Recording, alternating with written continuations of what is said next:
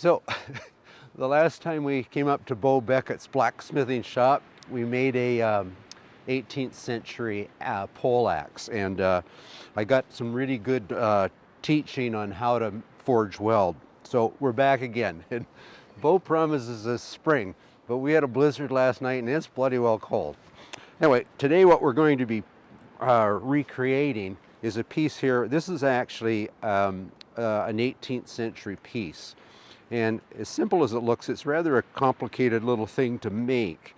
To forge weld such tiny, thin bits is quite a trick, and making these little spades. Anyway, we're going to be recreating this today at Beau's Blacksmith Shop, and now that I've had my lesson on welding, I'm going to actually give it a go myself. Because, yeah, I'm getting a little handier at it.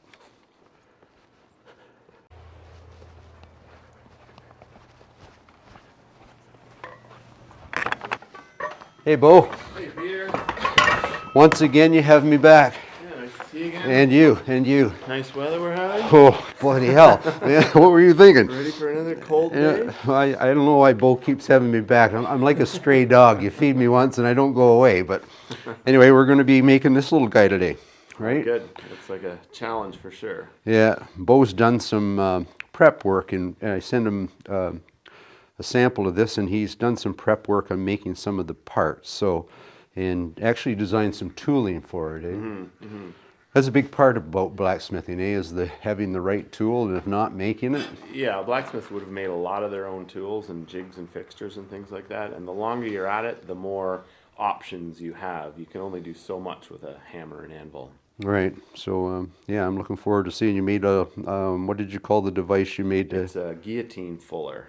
A guillotine fuller. For doing this little arrowhead. Now that's something I don't have in my shop. Yeah. Okay. Anyway, I'm going to learn how to use it. Well, let's get at it. Okay. Maybe I can warm up. Yeah. Okay. First, we're going to start with some flat bar, and we're going to work on the ring.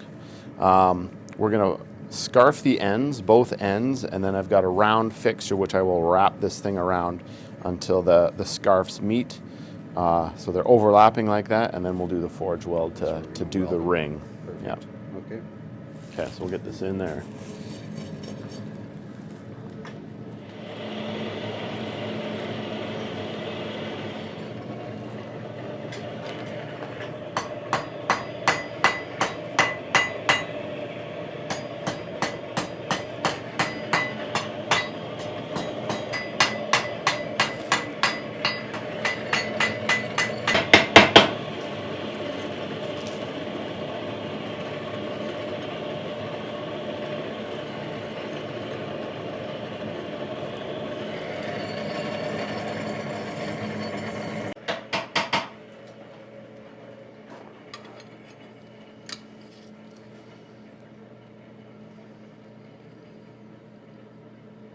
Okay.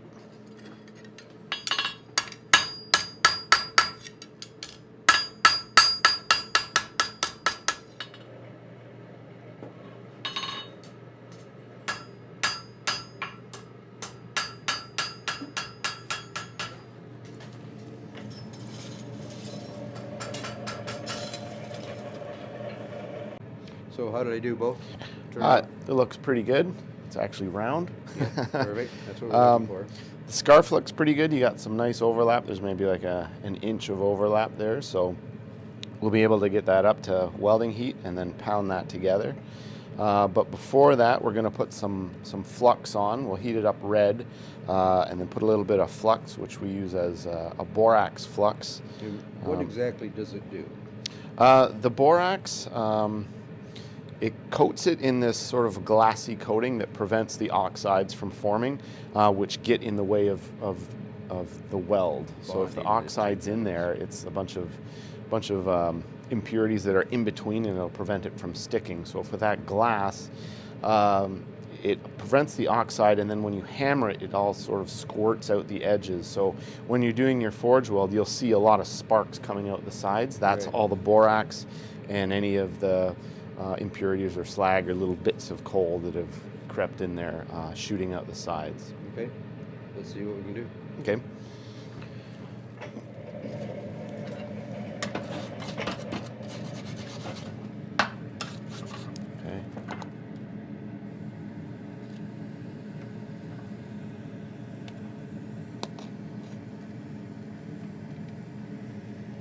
good. It's kind of a lot, but that's all right. It does glaze over, doesn't it? Yeah. There. Really? I can see it. I'm not sure. Little sparkles right in, Okay, in yeah, there. See, got it's it, lots got it. now, Yeah. so go.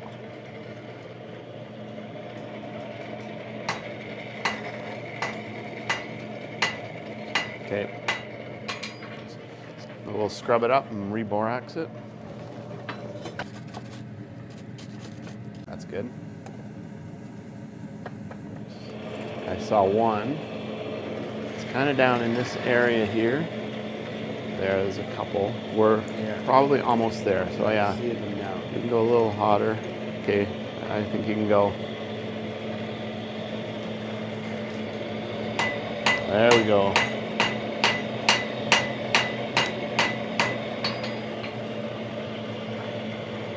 That was much better than the first round. Let's see.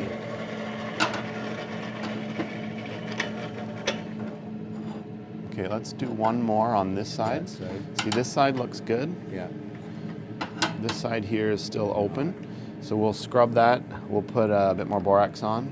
And then we're going then to heat the we're going to heat it again to get some shaping, some forging, or do we just let it go? Or file it? We'll need to bring this back down. So we'll do that on the horn and taper it, like bring it back to the proper width. Yeah. You wanna... There, that's good.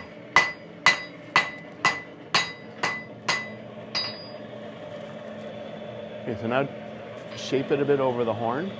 Try and bring it back to the right thickness.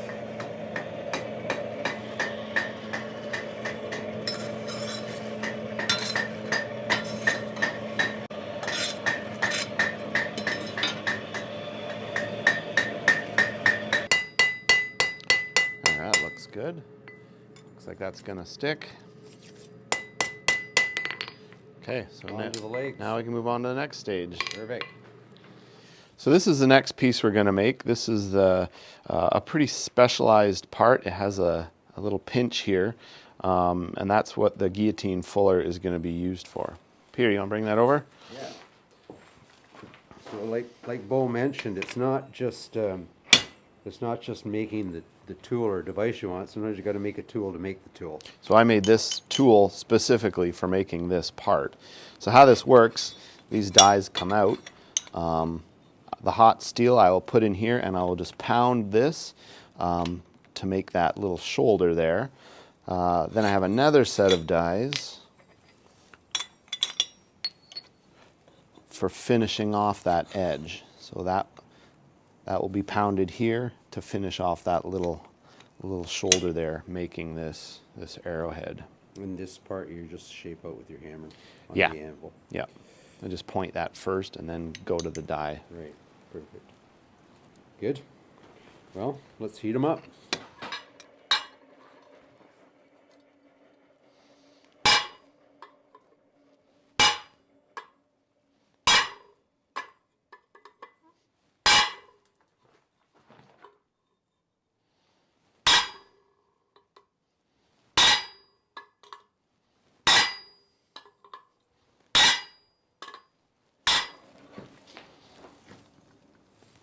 Okay. More. One more. One more. Okay. So that's the start. Now I'm going to change out your dies, right? Yeah.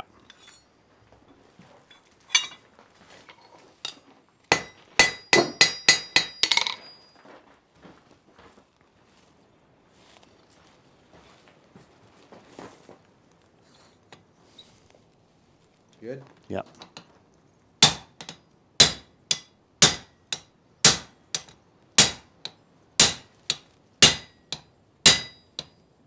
Okay.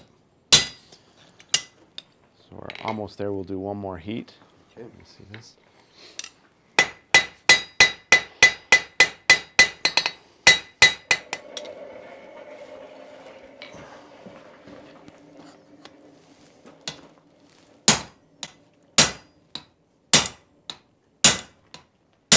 stop. And go in a little. Okay, go. Okay, okay, that's good.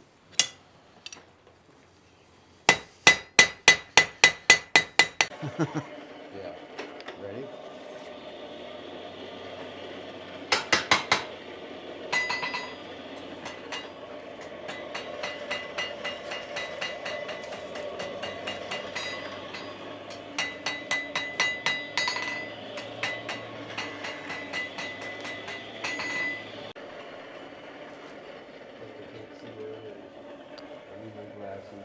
Sorry. Is that it right there? Yep.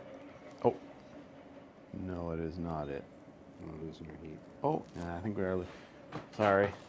Let me just, I can compare. Yeah, it's right. That's it right there. Better heat it again, eh? You think? Yeah. Yeah.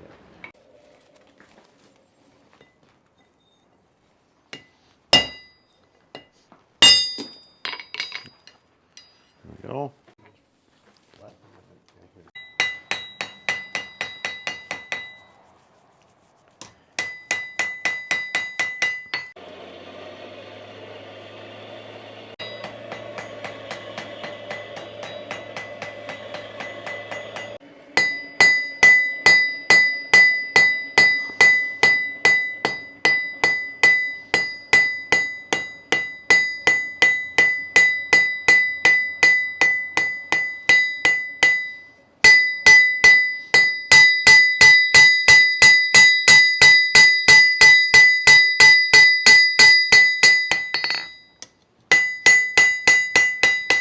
And that's how it's done.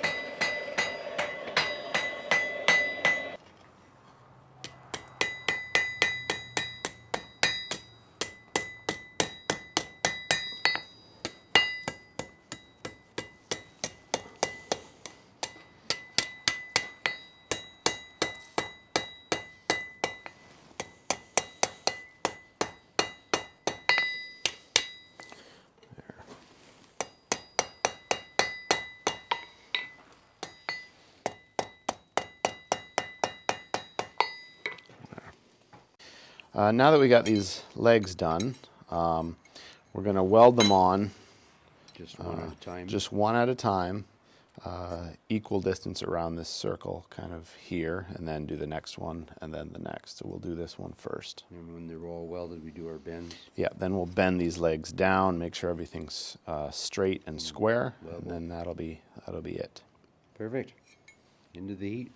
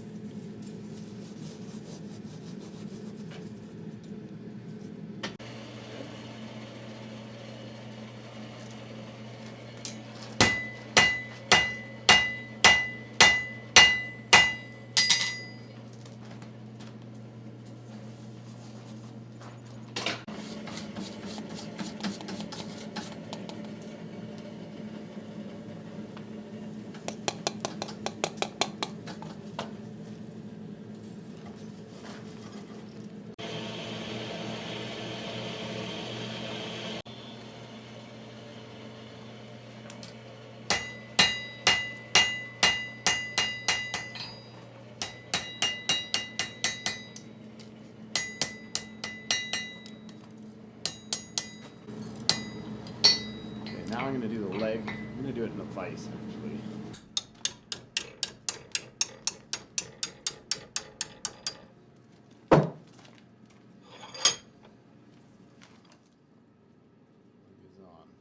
So there we have it, a reproduction of a piece made probably 300 years ago. And what I love about your trade, Beau, is the guy who built this, say, 200 or 300 years ago, he fully expected us to be using that today, right? And this piece, it'll be around. If they have fireplaces, that trivet will be used. But on the surface, it looks rather simple, right? But it is a little complex. It is a pretty complicated piece to do because it does have 4 forge welds. It's got one on the ring, one here and one here. And to get the heat right in the right spot without melting the point or the leg is pretty difficult to just heat up that specific spot. So it's a bit of a advanced piece, I would say, for blacksmithing. Anyway, we've done well. And second trip, what am I going to build on my third? I don't know. You'll have to dream up something. I'll dream up something. I love the work Beau went to in prep for this. He built his guillotine machine there, the fuller, and that made these beautiful little spade or arrowheads. Anyway, I look forward to the next visit. Yeah. Thanks a lot.